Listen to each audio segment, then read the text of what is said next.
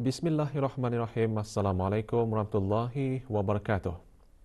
Ke bawah Duli Maha Mulia Paduka Seri Baginda Sultan Haji Hassanal Bolkiah Muazzaddin Wad Daulah Ibn Almarhum Sultan Haji Omar Ali Saifuddin Sa'adul Khaliwaddin Sultan dan Pertuan Negara Brunei Darussalam berkenan menerima menghadap Tuan Yang Terutama Dr. Vivian Balakrishnan, Menteri Hal Ehwal Luar Negeri Republik Singapura yang mengadakan lawatan ke negara ini selama 1 hari. Menyertai bersama Tuan Yang Terutama semasa majlis menghadap tersebut, Tuan Yang Terutama Heng Ek Yeow, Pesuruh Jating Republik Singapura ke negara Brunei Darussalam dan Tuan Stanley Loh, Setiausaha Tetap Kedua Kementerian Hal Ehwal Luar Negeri Republik Singapura. Turut hadir Yang Berhormat Datuk Seri Setia Awang Haji Irwan bin Pihin Datu Pekermajaya Haji Muhammad Yusof, Menteri Hal Ehwal Luar Negeri Kedua. Majlis menghadap tersebut berlangsung di Istana Nurul Iman. Semasa majlis menghadap ke bawah Duli Maha Mulia dan Tuan Yang Terutama, Menteri Hal Ehwal Luar Negeri Republik Singapura telah berbincang mengenai isu-isu dua hala dan serantau yang berkepentingan bersama di antara negara Brunei Darussalam dan Republik Singapura. Selain itu, Tuan Yang Terutama juga menyampaikan sokongan penuh Republik Singapura terhadap negara Brunei Darussalam selaku pengerusi ASEAN bagi tahun 2021 dalam sama-sama mencapai matlamat deliverables yang dihasratkan.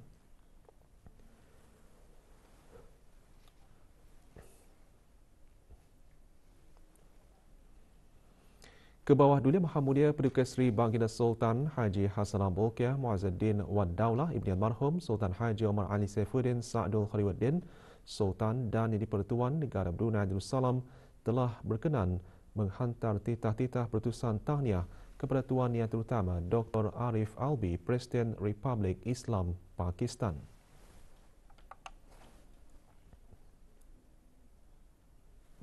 Tuan Yang Terutama Imran Khan, Perdana Menteri Republik Islam Pakistan dan Kerajaan serta Rakyat Republik Islam Pakistan sempena Hari Pakistan.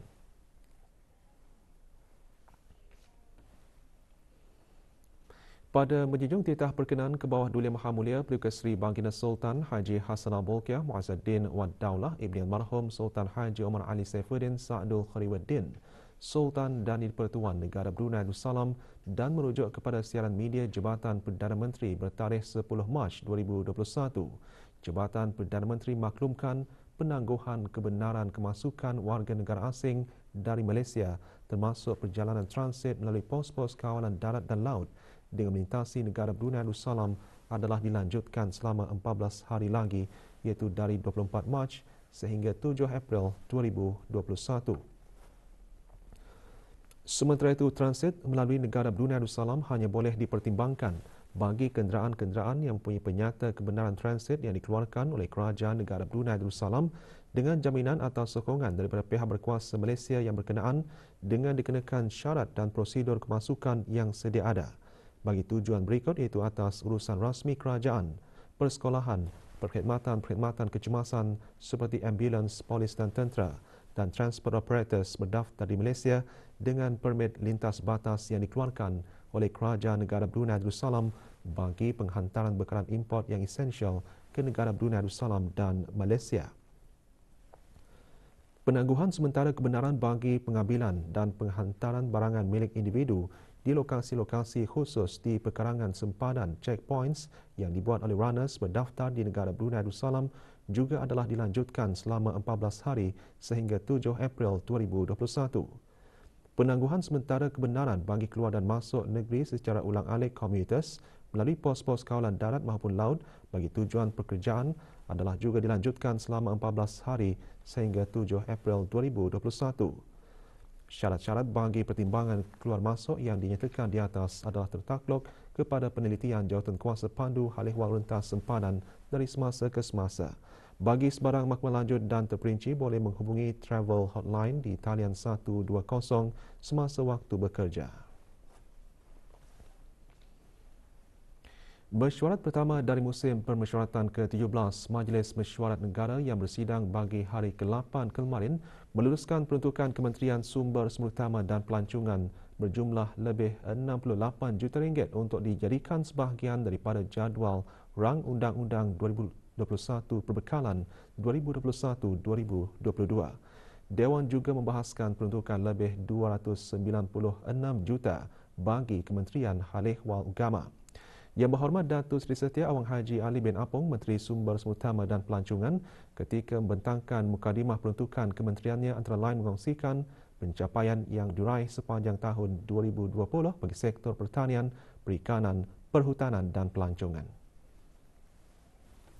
Jumlah keluaran ayam pedaging bagi tahun 2020 meningkat sebanyak 7.24% kepada 26,364.82 metrik tan, iaitu tahap keluaran yang paling tinggi pernah dicapai oleh negara ini. Jumlah keluaran telur ayam bagi tahun 2020 meningkat sebanyak 7.71% kepada 171.93 juta biji. Jumlah keluaran daging, kerbau dan lembu bagi tahun 2020 meningkat sebanyak 46.67% pada 2.148.75 metrik tan. Jumlah keluaran beras bagi tahun 2020 meningkat sebanyak 67.4% kepada 2.511.31 metrik tan. Jumlah import beras bagi tahun 2020 menurun sebanyak 6.02% kepada 34.082.40 metrik tan. Jumlah keluaran ikan dan udang bagi tahun 2020 meningkat sebanyak 10% pada 16.120 metrik tan. Menteri Sumber Utama dan Pelancongan juga menjelaskan pencapaian sadar diri dalam beberapa sektor termasuk bidang pertanian dan perikanan. Bagi sektor ternakan, negara secara purata hampir mencapai 100% sadar diri dalam sektor ayam pedaging, 100% sadar diri bagi bekalan telur ayam dan sekitar 62% sadar diri bagi bekalan daging kerbau dan lembu. Bagi sektor tanaman pula, negara mencapai sekitar 67% sadar diri bagi bekalan sayur-sayuran tropika dan sebanyak 46% sadar diri bagi bekalan buah-buahan tropika. Bagi sektor padi beras, negara mencapai secara purata sekitar 8.23% sadar diri. Dan bagi sektor perikanan, negara mencapai secara purata sekitar 81% sadar diri. Bagi memajukan sektor perikanan pula, Menteri Sumber Utama dan Pelancongan menjelaskan kementeriannya melaksanakan beberapa inisiatif melalui kaedah Public-Private Partnership PPP. Berikutan titah perkenan ke bawah Yang Mulia Paduka Seri Baginda Sultan dan Yang di-Pertuan Negara Brunei Darussalam jua, dan melalui request for proposal RFP, Kementerian Sumber Utama dan Pelancongan telah melantik Muara Port Company Sdn Bhd MPC, sebuah syarikat GLCs milik bersama Darussalam Assets dan Beibu Group dari Republik Rakyat China, iaitu bagi mereka bentuk, membangun, mengurus dan memelihara kompleks pendaratan ikan di Serasa. Sektor pelancongan antara yang menerima kesan akibat pandemik COVID-19. Menurut Menteri Sumber Utama dan Pelancongan, meskipun jumlah ketiban pelancong ke negara ini mencatatkan penurunan pada tahun lalu, namun kementerian tersebut terus giat mempromosikan pelancongan domestik. Walau bagaimanapun, bagi memastikan adanya kesinambungan dalam perniagaan berkaitan pelancongan, maka Jabatan Kemajuan Pelancongan dengan kerjasama stakeholders telah mengadakan aktiviti mempromosi pelancongan domestik, terutama melalui promosi makanan tempatan di kesemua daerah di negara Brunei Darussalam. Ketika ini sektor pelancongan menyediakan sebanyak 3.152 pekerjaan, di mana 70% adalah anak-anak tempatan. Pada sesi sebelah petang kemarin, Dewan membahaskan peruntukan Kementerian Hal-Ehwal Agama berjumlah RM296,827,263. Yang Berhormat Pihin Udana Khatib Datuk Paduka Seri Setia, Ustaz Haji Awang Badaruddin bin Pengarah Datuk Paduka Haji Osman, Menteri Hal-Ehwal Agama ketika membentangkan mukadimah hala 7 peruntukan kementerian tersebut menjelaskan meskipun perkhidmatan pendidikan agama terjejas dengan penutupan sekolah untuk beberapa waktu dan di sebalik norma baharu, pembelajaran masih dapat diteruskan dengan tata cara penyediaan home learning pack dan secara dalam talian. Kalau suka mengungsikan bahawa hasilnya adalah positif, sangat membanggakan. Iaitu diukur menurut KPI-nya, pendidikan agama berkesan, menjana generasi intelek dan profesional. Dari segi peperiksaan awam dalam tahun 2020 itu menunjukkan kenaikan seramai 9.74% murid yang berjaya mendapat 5A dalam peperiksaan PSR. Sementara bagi peperiksaan peringkat menengah O level, iaitu peperiksaan umum, mencatatkan kenaikan lebih 10%, iaitu 10.05% pelajar berjaya mendapat 5 O level ke atas. Dan manakala bagi peperiksaan A level pula meningkat seramai 4.25% pelajar yang mendapat 2 A level ke atas. Menyentuh mengenai zakat, Menteri Hal Ehwal Agama menyatakan walaupun negara dilanda dengan keadaan luar biasa tahun lalu, jumlah kutipan zakat fitrah tidak menunjukkan penurunan. Bahkan perkara itu menunjukkan kejayaan inisiatif pembayaran zakat dalam keadaan dan norma baharu, antaranya dengan menggunakan kaedah pembayaran secara pandu lalu yang dibuat oleh salah sebuah masjid di daerah Brunei dan Muara. Hasilnya sangat disyukuri, iaitu kalau dibandingkan dengan masjid tersebut pada tahun 2019 cuma mengutip sebanyak RM5,539.21. Tetapi pada tahun lepas dalam keadaan COVID, dengan cara drive-thru itu, masjid berkenaan mengutip sebanyak RM44,261.62. Bandingkan daripada RM5,000 kepada RM40,000 ke atas. Begitulah pula dengan cara lain untuk memudahkan warga kementerian-kementerian membayar zakat fitrah masing-masing. Dengan cara itu, seramai 3,684 orang warga kementerian-kementerian yang bertugas di bangunan-bangunan utama kementerian berkenaan telah dapat menunaikan pembayaran zakat fitrah mereka dalam tempoh 3 hari itu, dan jumlah kutipan lebih RM10,000.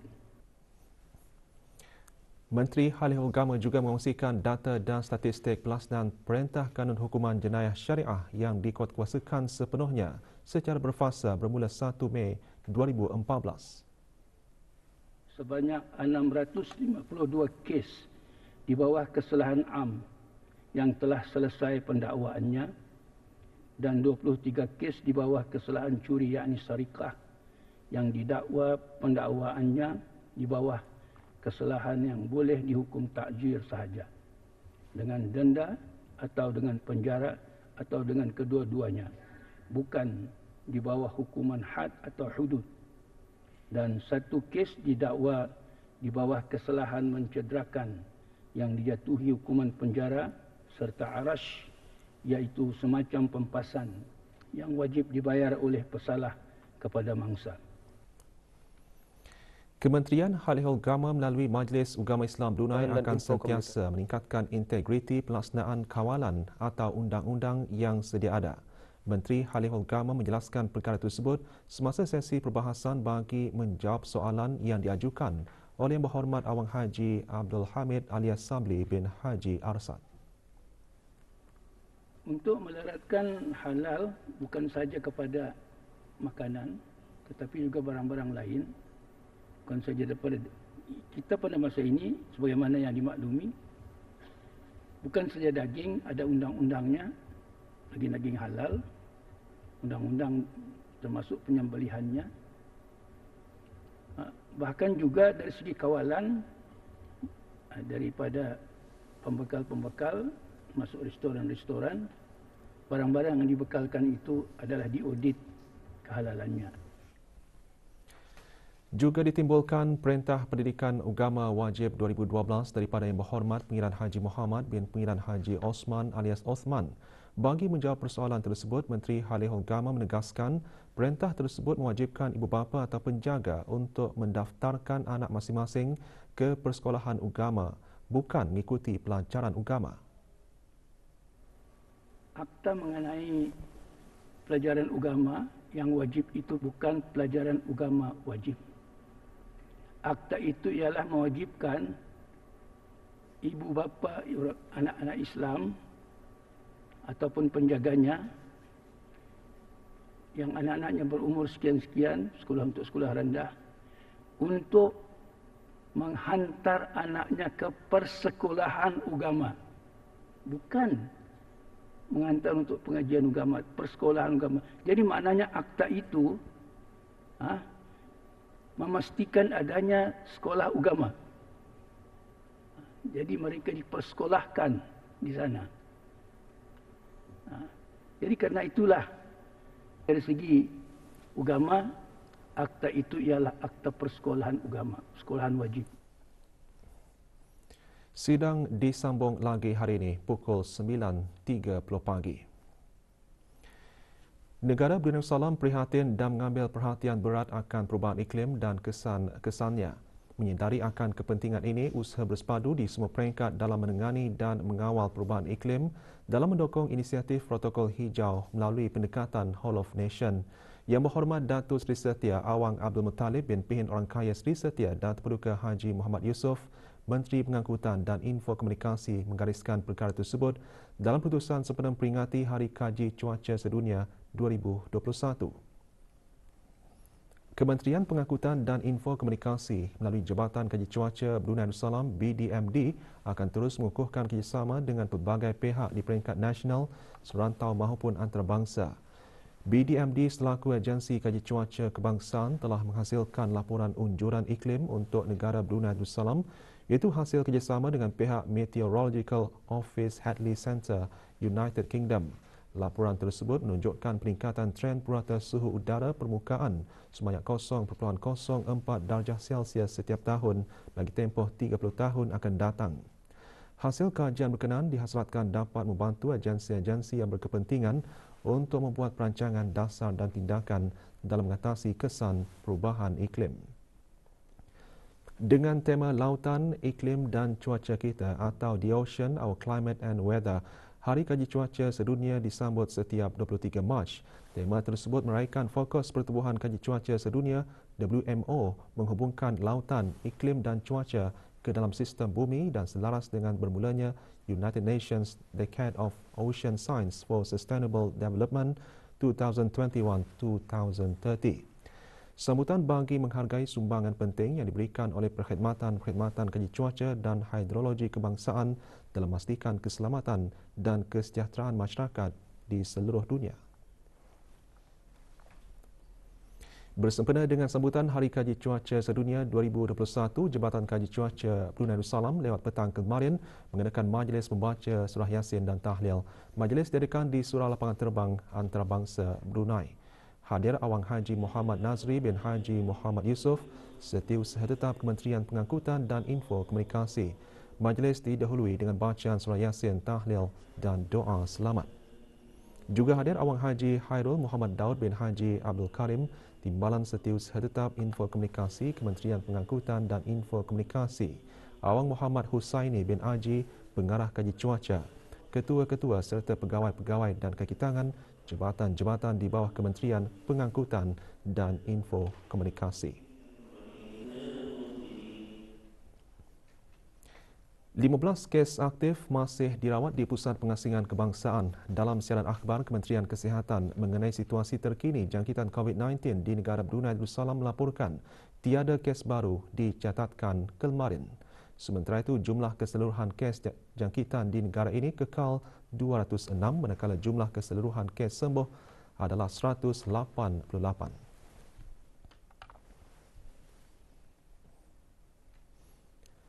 Kes terakhir jangkitan tempatan COVID-19 dilaporkan pada 6 Mei 2020, manakala jumlah kes import sejak kes jangkitan terakhir tempatan dilaporkan sebanyak 65 kes. 649 orang sedang menjalani pengasingan diri mandatori dengan 15,283 orang menamatkan pengasingan diri mandatori sejak Mac 2020. Manakala 127 sampel ujian virus SARS-CoV-2 telah dilaksanakan, menjadikan jumlah keseluruhan ujian makmal yang dijalankan sejak Januari 2020 kepada 112,187 ujian. Maklumat lanjut dan perkembangan terkini layari laman sesawang Kementerian Kesihatan dan talian Kesihatan 148. Jabatan Perkhidmatan Awam Jabatan Perdana Menteri dengan ini maklumkan bahawa ke bawah Duli Maha Mulia Paduka Seri Baginda Sultan dan Yang di-Pertuan Negara Brunei Darussalam telah memperkenankan Bagi Yang Mulia Dayang Hajah Chairani binti Haji Sulaiman, pegawai tugas-tugas khas kanan di Kementerian Kewangan dan Ekonomi, dinaikkan pangkat sebagai Jurukira Agong di Jabatan Perbendaharaan Kementerian Kewangan dan Ekonomi mulai 3 November 2020.